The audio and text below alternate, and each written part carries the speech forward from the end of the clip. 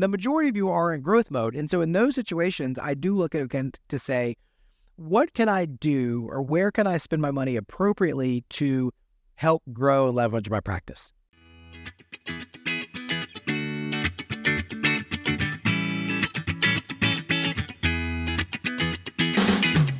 Welcome back to the Millennial Dentist Podcast, a podcast all about working smarter, not harder. Pushing dentists to go beyond dental school dentistry and build the practice of your dreams. Here is your host, the Millennial Dentist himself, Dr. Sully Sullivan. Welcome back, everybody, to the Millennial Dentist Podcast. Super pumped about today's episode. It should be a good one. We're talking about end-of-year stuff. End-of-year stuff. So what do I mean by that? Well, a couple things we talk about a lot of times people ask is, what do you do about end-of-year with equipment? Do you buy end-of-year equipment? Do you stock up? And a lot of this comes back to kind of the owner mentality of taxes. So if you're not an owner, this probably doesn't apply, but it is good information to kind of see what's inside of your owner's mindset when it comes to tax planning at the end of the year with your business. Should I buy new equipment? Should I not buy new equipment? And then the next part about this that we're going to piggyback into, which kind of ties into equipment, is next year projections. So what does that mean? What does that look like? How do we get into the next year and projecting where we're going to go? So anyways, thank you to 3D Dentist for sponsoring the podcast. 3D Dentist actually does sponsor the podcast now because we pay to have it edited and put out there and whatnot. So that's good to have. But hey, if you're looking to get into any sort of education in 2024, check us out, 3d-dentist.com. Okay, so the first question is do I buy equipment at the end of the year? Well, I'm a big believer that you don't buy things you don't need. So, and I give my dad a lot of hard time because he was kind of addicted to Section 179.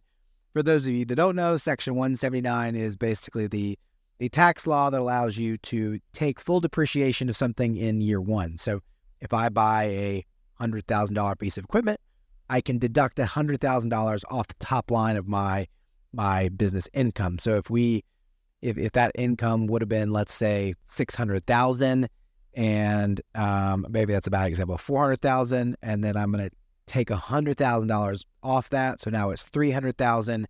And so I don't save $100,000. I save the tax on what that $100,000 difference would be. So in that case, that's a $100,000 difference. Let's assume that's like a 37% tax bracket. It saves you $37,000 by buying that. So in essence, that $100,000 piece of equipment is actually only costing you $100 minus the $35,000 or whatever, because you're saving that in taxes. So it can be a really advantageous thing to do, and it's kind of the benefit of buying equipment and how we're set up to grow businesses in the U.S. So it's definitely something to take advantage of. But I am a big believer that even if you're in the highest tax bracket, you're still making 60 cents on the dollar, right? So I would rather take the 60 cents than spend money for no reason unless I know that it's going to be impacting my business. So that's my general stance on it, is you don't buy something you don't need. Having said that, I am a huge believer that it's not leveraged enough or thought about enough when you are looking at what it takes to grow your business. What we talk a lot about at 3 Dentists, the different phases of a practice, right? Like some of us are in growth mode, sometimes you're in stability mode, and sometimes you're in exit mode, or what I would like to call optimize mode. And most people that are listening to this podcast, most people in general, like percentage-wise, are either in growth mode or stability mode. I think there's like startup mode, which is survival mode. There's growth mode, and then there's optimize mode. That's how I'd like to say it. Startup mode is your decisions are based off cash flow and survival. So it's difficult to give advice when you're in startup mode or survival mode because it's all about a cash flow decision. Because cash is king, and when you're in that situation, you're waiting on it, money to come in, money going out. It really comes down to what can I afford on a month-to-month basis. So you have to look at your equipment purchases as, okay, yes, I want to grow fast, but I don't want to grow myself out of a business. Like for instance, even if I said, hey, I can guarantee you that in 6 months, if you spend $20,000 a month on marketing, it will work and it will start to turn over, but it's going to take 6 months to get there. That'll bankrupt a lot of practices. Does that make sense? So like that advice doesn't apply to someone in survival mode or startup mode. The next mode is growth mode. Growth mode is, again, where I think that 75% of us, or maybe for ease of percentages, 60% reside there, 20% are in survival, and 20% are in optimize. Give or take a couple of percentages. But my point is that the majority of you are in growth mode. And so in those situations, I do look at it again to say, what can I do, or where can I spend my money appropriately to help grow and leverage my practice? Is CEREC going to benefit my practice this year? Is printing going to benefit my practice this year? Is a new mill going to impact is new equipment? What do I need that I can use to leverage, and then how is it going to cash flow and optimize my business? Now, for some equipment, it comes down to a raw material cost, and that's kind of how CEREC was always sold. And that's a good example. Is if I do 30 crowns a month, I save X amount per crown on lab bill, then it makes sense to do CEREC at this point. And I'm not a huge believer in that mentality from a standpoint of like, I don't believe that the one-to-one exchange of like that is really why you should buy equipment. I'm a much bigger believer in, does it make me more attractive to a customer? Does it make me more efficient from my time standpoint? And does it allow me to sell more dentistry? Because I believe that our time is our most valuable thing. I need leads and patients. Will it help me close more dentistry? Because at the end of the day, like that's where all this kind of hinges on, is when we get into more elective, cosmetic, those type of things that really grow your practice. Those are procedures that are need-based per se. And so I need technology that's going to help influence or lead people to wanting to say yes to the dentistry. I'll use printing as an example. I don't think you buy a printer to save money doing night guards. I think that's kind of foolish. It's a proven system out there that I can send my scans, I get a night guard back, it costs something. I believe that you bring in printing so that now you can offer a night guard subscription model where they get a new night guard every year. I believe where you can now do snap-on smiles, and for a very reasonable fee, so you can show people what it would look like to have nice straight teeth or whiter teeth. That's ways where I believe that technology should be leveraged more appropriately to buy it. So I don't necessarily look at things from a one-to-one standpoint of, oh, it's going to save me this much money, this is where I should do it. I believe in same-day dentistry. I think that the consumer wants same-day dentistry. I think if you don't have that, you are losing patients to other practices. You may not know it, they may not come into you and then leaving, but that is in a consumer-driven model where we get everything in 2 days. Most things we get next day, and a lot of things I can get like in an hour. We want stuff now, and so I don't think that it's a realistic model to build a practice on where you don't offer those kind of same-day things. So it is the time of year to start do that, and this will kind of tie into the back half of this conversations, which is what are we doing at the end of the year to project and plan for the next year?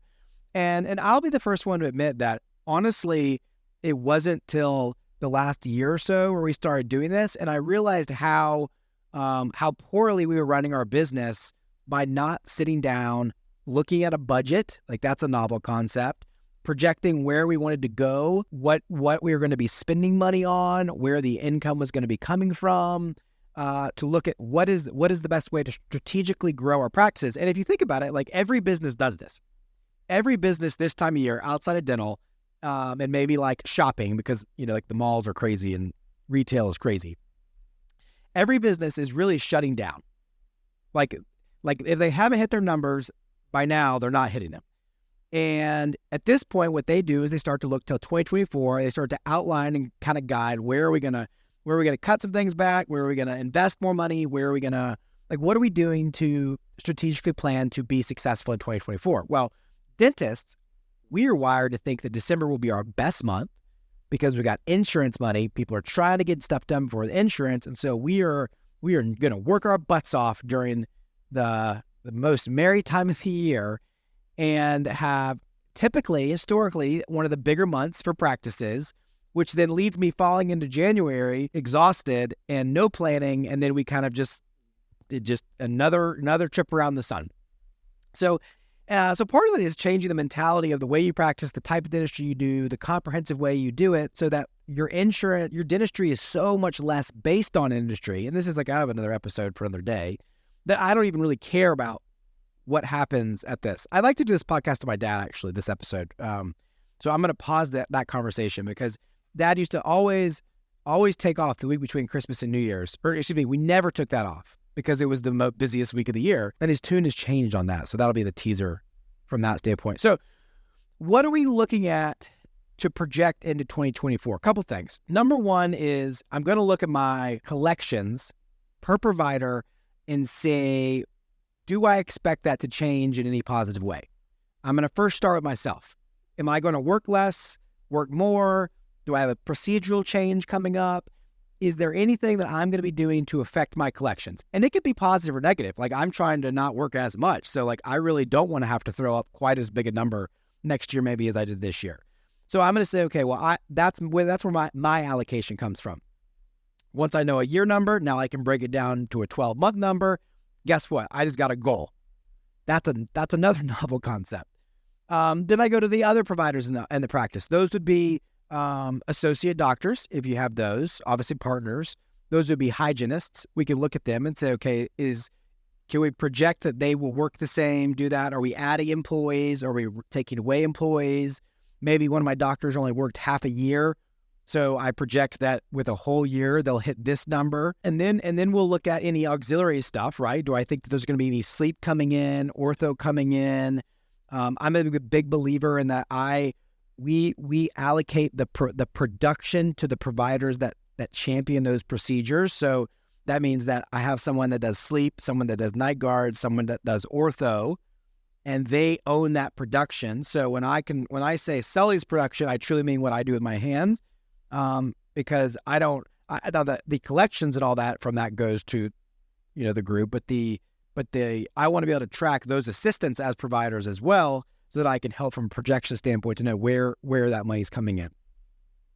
So at that point, now I have a top line number of what I project us to be at for 2024. At this point, I now can start to work backwards as far as looking at a budget of what we should spend, where I want my overhead to be, how profitable I want to be, and start to say, okay, this is what we spent last year on team costs.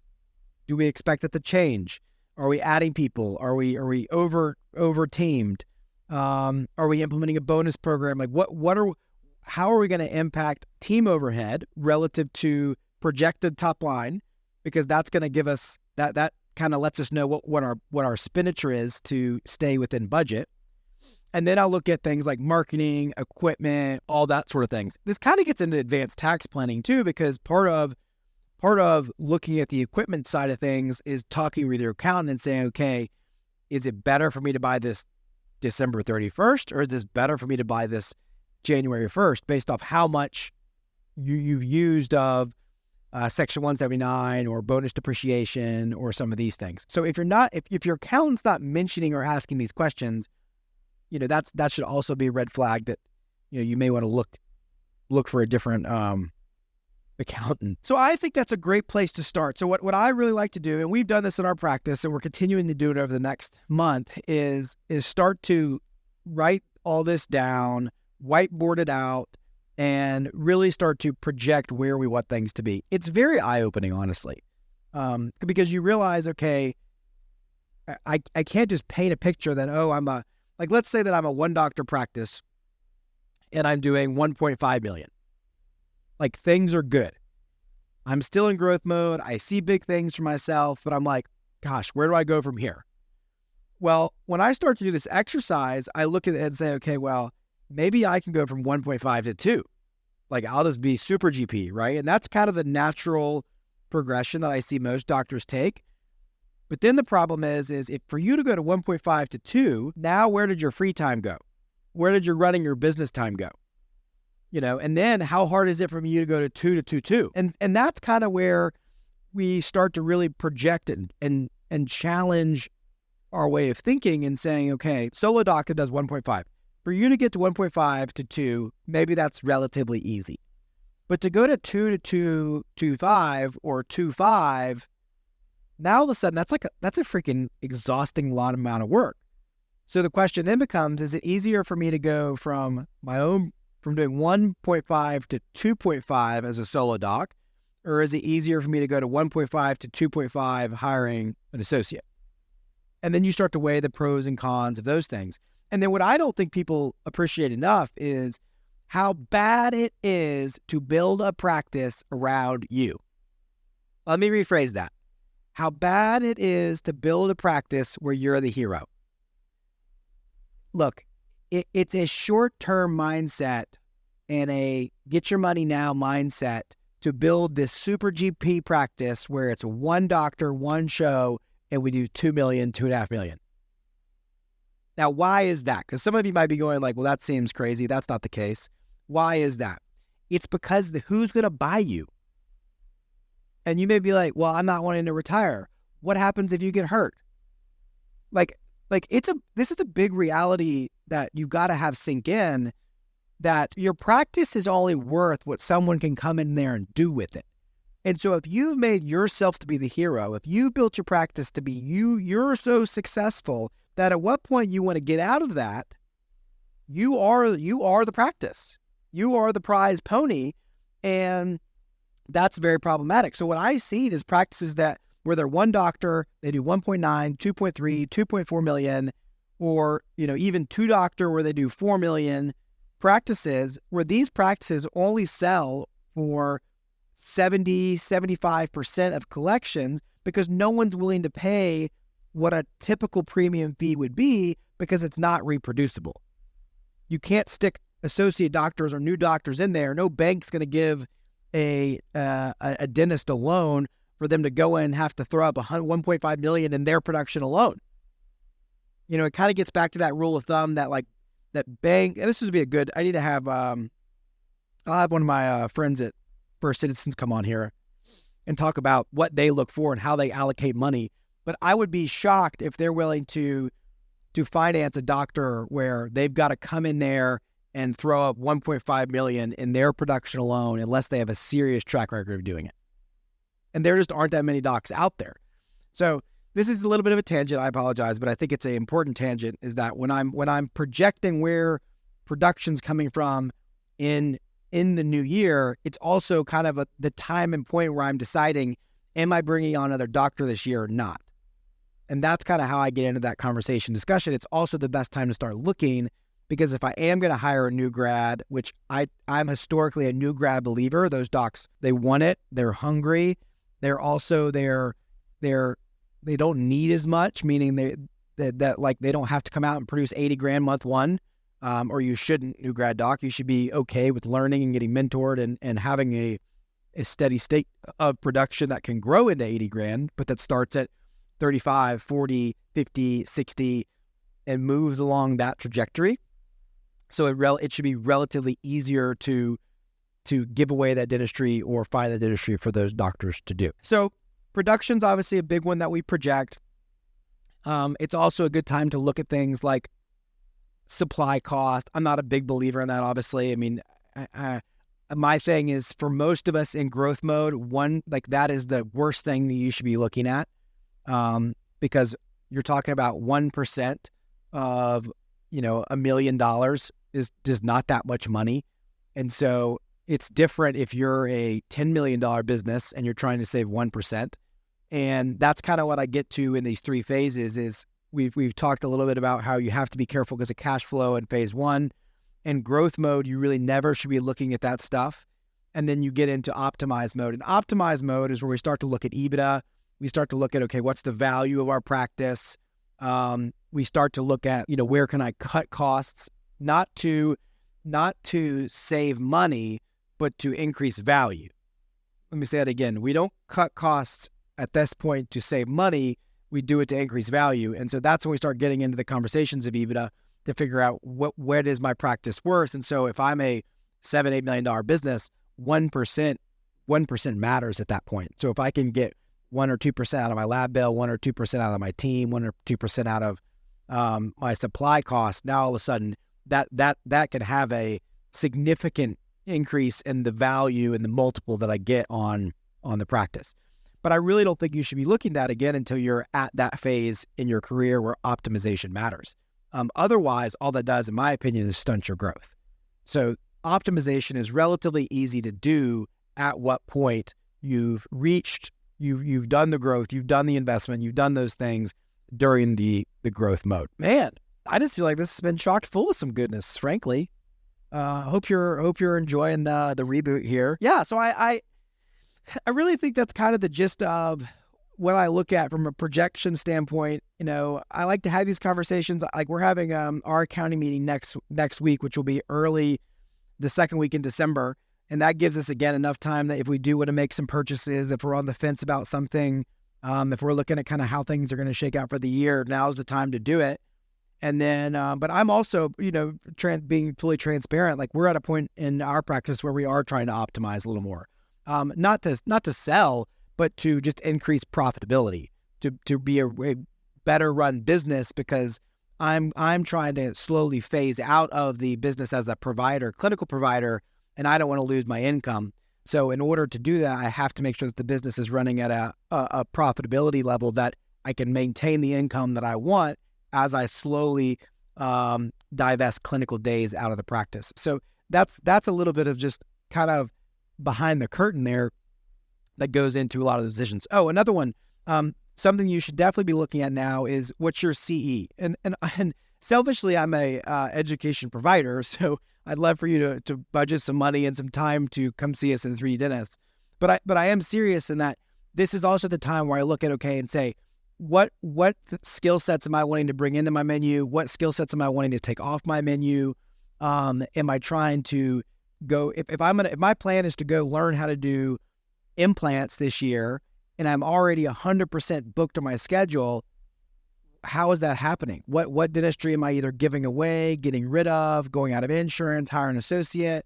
Like, not only where am I taking the course, when am I taking the course, but what's my implementation look like to that? So I think that your continuing education around your team, around the yourself, should also be looked at from this year. And while we're on that topic, I think everybody needs to go ahead and make this a note.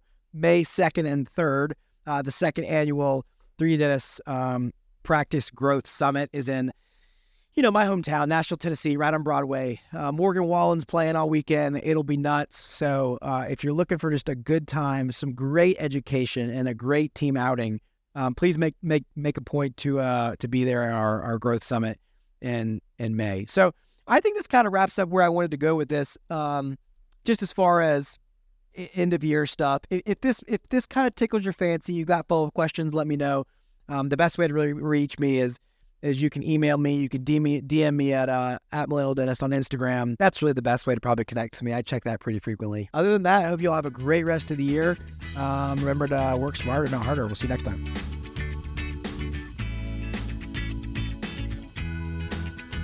Thank you for listening to The Millennial Dentist. Visit us online at millennialdentist.com.